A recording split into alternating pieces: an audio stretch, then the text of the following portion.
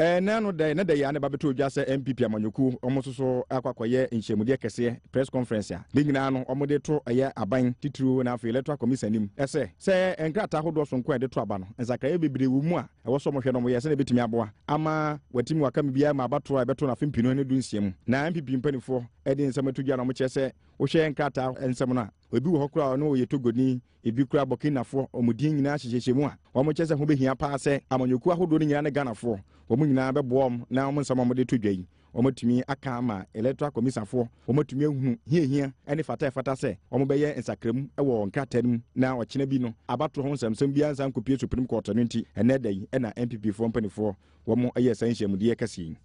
That picture you see the staple marks, and we are telling you that this could not have been live pictures. They can only have been scanned into the voters register. I mean, otherwise these are not digital pictures. The question therefore, ladies and gentlemen, is how these scanned pictures got into the EC voters register. How did they find themselves into the register? Who scanned them into the register? This could only have been done by people with the necessary security permissions to do so. The evidence is therefore incontrovertible that Ghana's voters register has been compromised.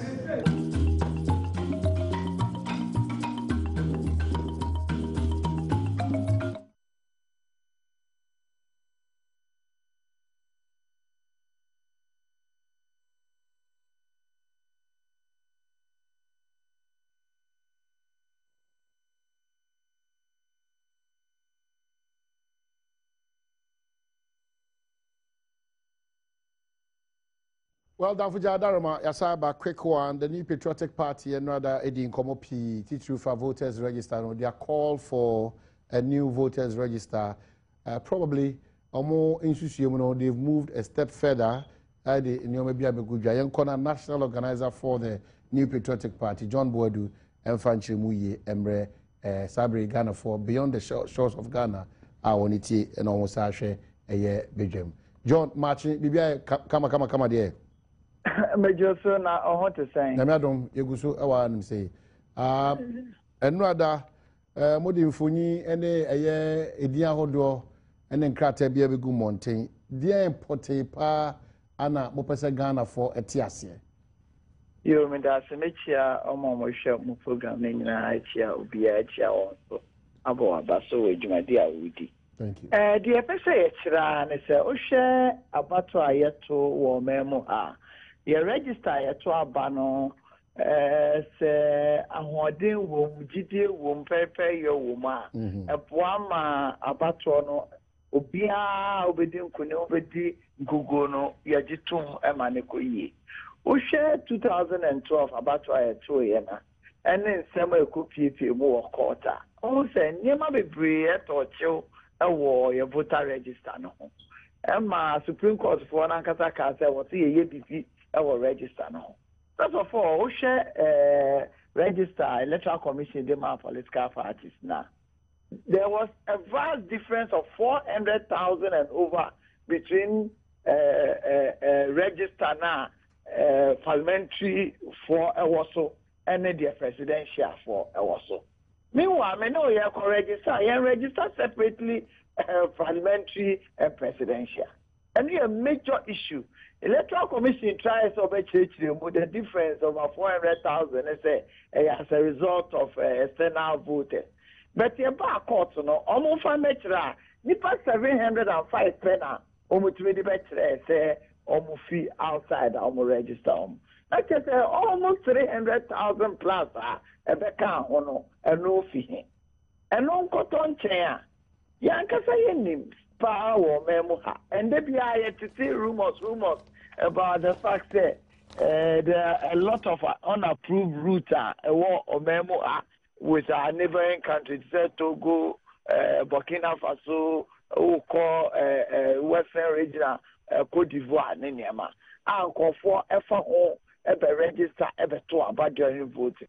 yanya na atesem keke na say how to go for election omu display omu voter register and no na yensa can be and you use what we call facial biometric verification technology na de ye hu wo mu no minia asefem de hu wo mu asefem chese 10% of work kekaya ye no say the nimno match yen register no especially in border towns of our country in Togo.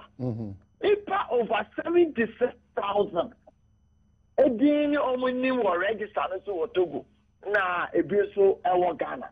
This cannot be right. So a major issue na the NCA a company sound of opportunity yes I say in private pay ya registration exercise me too in private pay ya registration exercise we share national health insurance scheme yen sika enfentia omo a register eposum bia no o se transfer sika mo yen nya no na national health insurance ko ya akose omo ye free exercise Ubekaya 2013, almost years free registration exercise. Almost register and go full free. 2013 alone, registered about 1.3 million plus. Out of that 1.3 million, 30% of people who register and go for almost to go border and brown for Cote d'Ivoire border. Now, Ocean say. National health insurance no card no any citizenship card obia whether you Ghana no nya Ghana no utumi credit no now registration say you use national health insurance card as a form of identity no some conform no etumi efa on the register e Ghana. I see.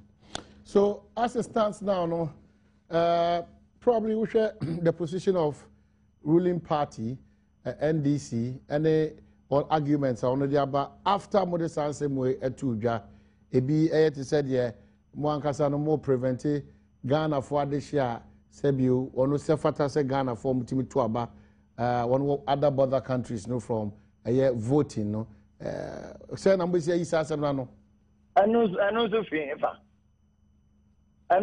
eva so we Ghana ni awo other border auto about Ghana. Say this auto about Togo. As I Ghana is simple. And me, everyone was say, NDC for an almost Asem way. Because my came, saying orchestrated that deliberate attempt by them to rig elections because of this flawed system. And electoral commission Asem. Because of you Togo, Burkina Faso, Cote d'Ivoire, no register abroad, only so register. No better about Ghana. Otumi be to to my NDC, be to my MPP, be to my PNC. And then NDC kwa actually wa say we. And then kwa say how mu bebe argument. Electoral commission. Because NDC for electoral commission. Because their belief is that anamu amasha say to probability of say recipe for chaos 2016 elections here very, very high. Yeah, Obi register or Togo, no register or Ghana. Not register no for now. We are to me in the recipe for chaos in the fever. Obi a Togo ni next to about her. Obi a Cote d'Ivoire ni any sort to about her. Obi a Burkina Faso ni no sort to about her. It doesn't matter, baby, or to about. Not say preventing of true proper. You are Ghana for in a quarter about Togo. Ghana for in a quarter about Cote d'Ivoire. Recipe for chaos and anything. Say, almost say, maybe a Togo name, a matter about Ghana. Where you give if you want to make is that what you are saying? But is that what we are saying? More the Kratano name or dance the Amono Akoma Electoral Commission. Yeah, the Amon. More GD Dr. Badwam, General Secretary of our party, Comrade Phone, Echo Electoral Commission, the documents, evidence, now the call to Electoral Commission, ASA, ye register for kra ana ye fan hye bi ebetimi atwe edin ni bi afrim ana se de pote pa na mususu se more their dying electoral commission. Yeah, call to electoral commission considering in the face of so hard evidence, 10% of work on Togo border no, over 76,000 plus. You go to a Cote d'Ivoire there, I have Burkina Faso there, I have other countries there. You're not a population of about 24, 25 million. There were almost 14.5%, 14 point something million were registered or so. And for example, Kesee no matter what you say, a bloated register. Because social sub-region in a percentage of for a register any population over 50%. Ghana, for instance, 56%. Your neighboring countries in either 45%, 35%. That is your problem. I will say yes. The electoral commission out to the chair. For instance, facial biometric verification technology UCE. Almost they used to be the any we used to NHIS. Said the Ghana for na rate at which for unqualified register organ and say register no about integrity papa. But I give one woman say some pictures are you winning now. Usha and your original pictures are you town call for no. Usha register no year power with such names now. Yes, can pictures no and I buy a register. Just obi will access to your register now, and you're correct. It is if you have a register, you can. Oh, quite unfortunate. Yaira John Bodua Homano, so very unfortunate. I can't say for me, no. Now, those who have also raised arguments about vigilance, a key, and after the need, say, yen say, Sika. Hello? Yeah, John, Otemeka. I'm a talk about. Sorry. Homano, Eticonam Casatico. Quick one. No, mammy, no, son, I mean, where we a bit raise essence of voting, especially on that day, polling station vigilance, your key. Sir Pepe Anna issue about say a yes, Sika Semuswa. Yes, I call this whole process, maybe you know, and also another factor. But answer about question, Mamma Maunia. NDC national organizer Ira Kofi Adams so man Akwaba man Chindana Kofi Akwaba know what he's saying. Hello Kofi Akwaba know what he's saying. Unfortunately minti Kofi Nka John Kofi Akwaba know what he's saying. Yeah, me Jodo. Bibia ya kama. Quick one, MPP raises red flag relating to a voters register. The Emmanuel and it's a figure of about 76,000 over.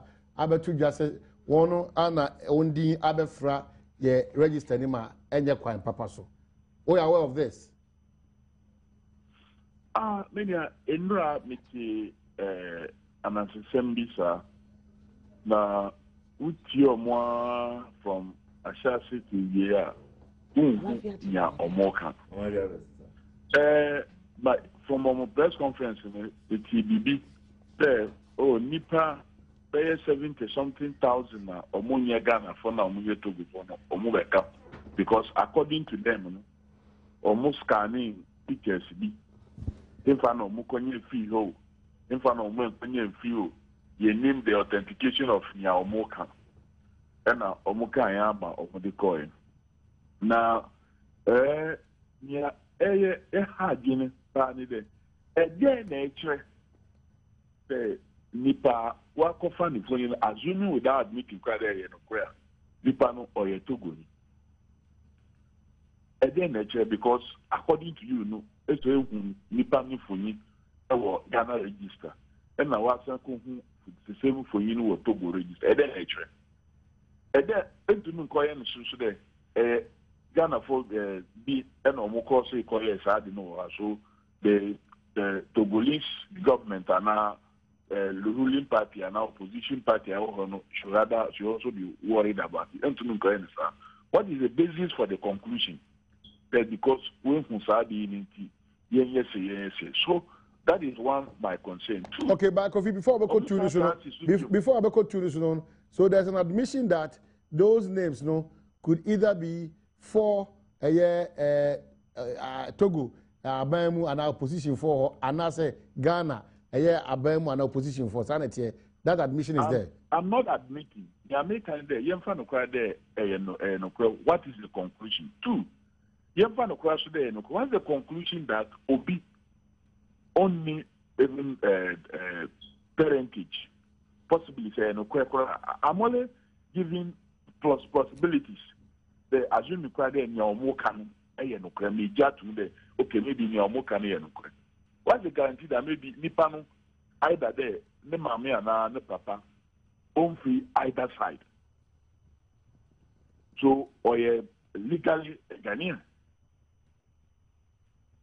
Or legally Ghanaian. What stops your Ghana for for example, UK or legal residence or Mudin war register name.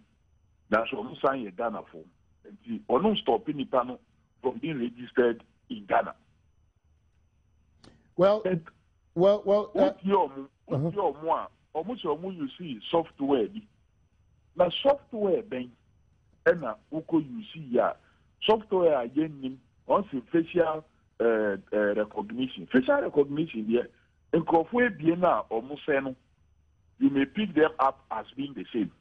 And near voter return biometric, and yet just facial recognition. Biometric, and we are more advanced. Who offer facial recognition? Kofa almost we need there. Who call border council and Kofa because almost the same people. John Boadu, I'm sure also at a national organizer ruling NDC. What's your response? I'm giving a response, at least someone move away from that and say, hello. Kofi John response or the what reason is John Pacho meet you? No, I say response I want my it means at least there's a way forward for us as a country. Say your man that's a register based on statistics bloated. Now you share and bloated. I bring out also almost to aba. Near the evidence about said they're okay. To go now. If the evidence is data, you understand? Pe nkofo a Ghana for register it is a way forward for us. And also say and no can only register no aye no. Maybe I could feel him say dual citizen. Maybe I could feel him say it must be proven beyond reasonable doubt. That is what it is. Yet to me now you lose relationship. Me nana ti Togo, me nana ti Burkina Faso. It will be about her. If I be talk about Burkina, if I be talk about Ghana. I think that it is worrying. Me and Kofi must understand say, and whether or not on beto my and answer on beto my. You understand? It is a question of say the integrity of our electoral system has been compromised. And no na ye jina so akase.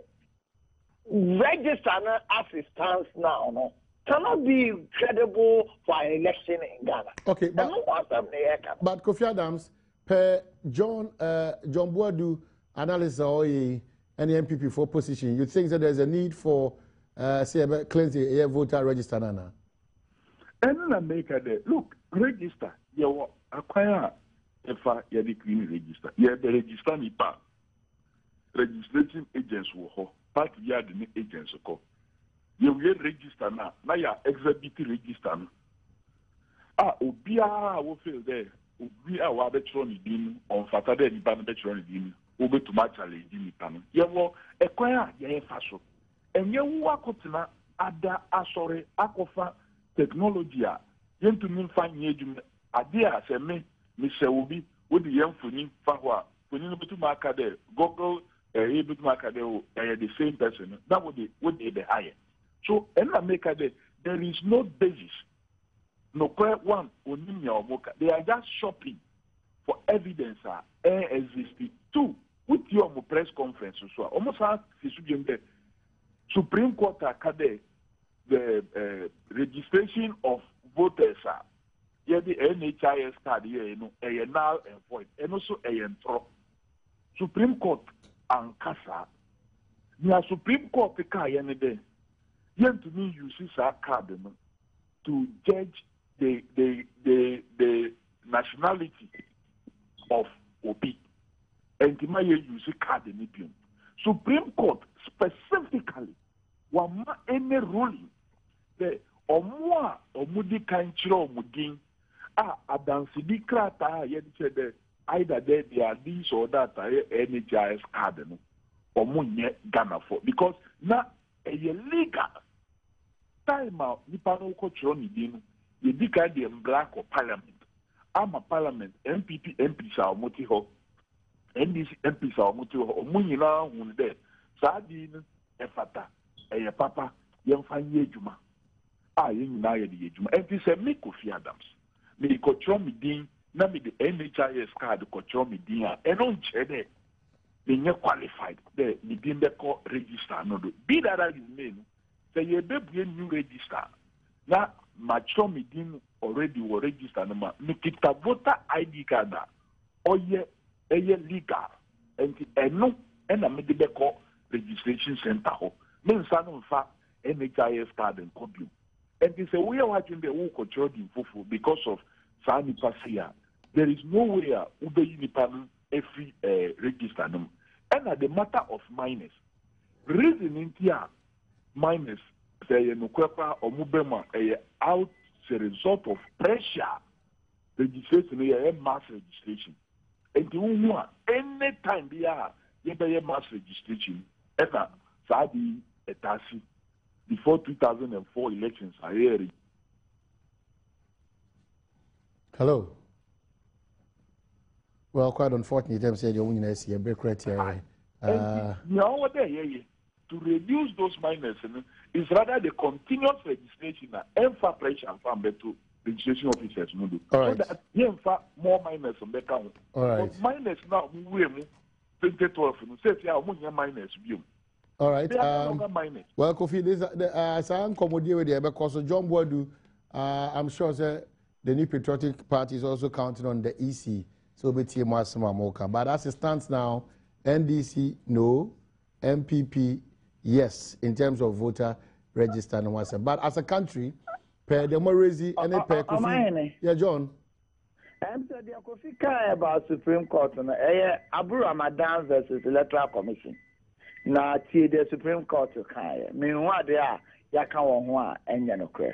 Or say upon a true and proper interpretation of Article 42 of the Constitution, the use of the National Health Insurance Card as a proof of qualification to register as a voter, pursuant to the Public Election Regulation 2012 CI 72, is unconstitutional, void, and of no effect.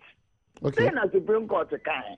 So, Obia who use National Health Insurance Card, and they register as a proof of say, we are Ghanaian or the Kotwa Badia. And you send Campasso cry in the first place and avoid it has no effect at all. Well, it is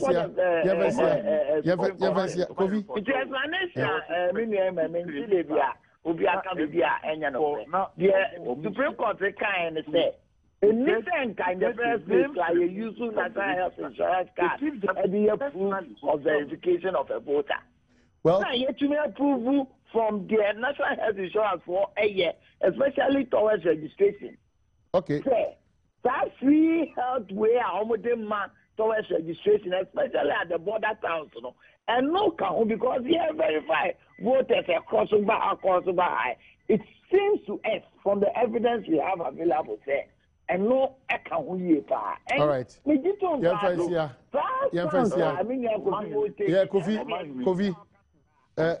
Kofi. What today? It been about it been down. With Omudin, Eddie Akom, Mahon, fertilizer and registration. Well, unfortunately, Kofi Mesro Medosia na Afi John Boyd Medosia Medamina was national organizers, ruling party NDC, and then opposition party, New Patriotic Party, respectively. John Boyd and Afi Kofi Adams na Matthew Onenkana. On this voter register saga, the discussion, the argument, the debate goes on. But Ninano, the EC will take that decision to the benefit of the larger population in terms of Ghana for. And a quick one, maybe I say new registration. There's a possibility say what they are saying could happen again. Because registration there, nothing. They have a point here, another side to have a point. Let's look at the way forward, as you said. And now, say or about UK pay, or what about UK pay. Who could do an IS or bet now for a while they register you. So, and you don't say, be a UK for being woman, and the woman. Okay. UK, so the or a Ghana. Oh, I be so much. All right. Yeah, Matthias, I'm not seeing. Okay. Secondary college headmaster and Beza are overbilling parents without consulting them. An extra cost of 240 Ghana cedi has been added. Kwesiako or Sakrade or Ohaunina, I don't know. Ebebusa, Nana had Sakrade in Semjo. DJ Viber so bossy. DJ Viber. EDC doctor. Age name na washe the big Wallace and Pabwa Kesee no na fe odi agokensi e de bro.